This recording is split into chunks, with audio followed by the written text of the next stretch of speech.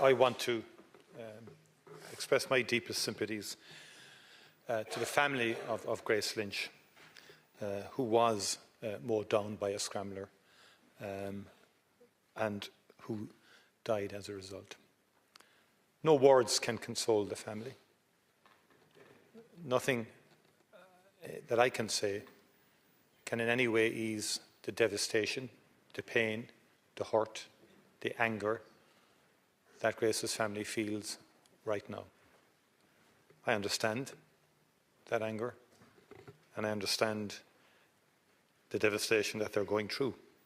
They have lost a beautiful daughter who should be going to school, who should be with her friends today.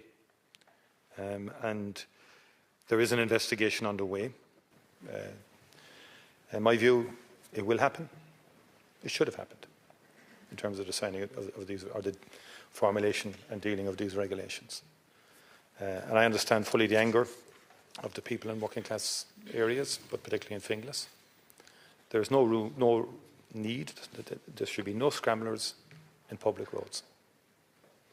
We have it within our power to make that happen, and it will happen. But that said, nothing can take from the utter devastation that this terrible mowing down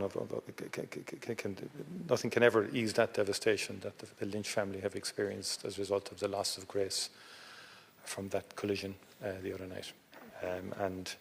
That is, but rest assured we are, and I've spoken to the Minister, Mr. Kenny, this morning and so forth.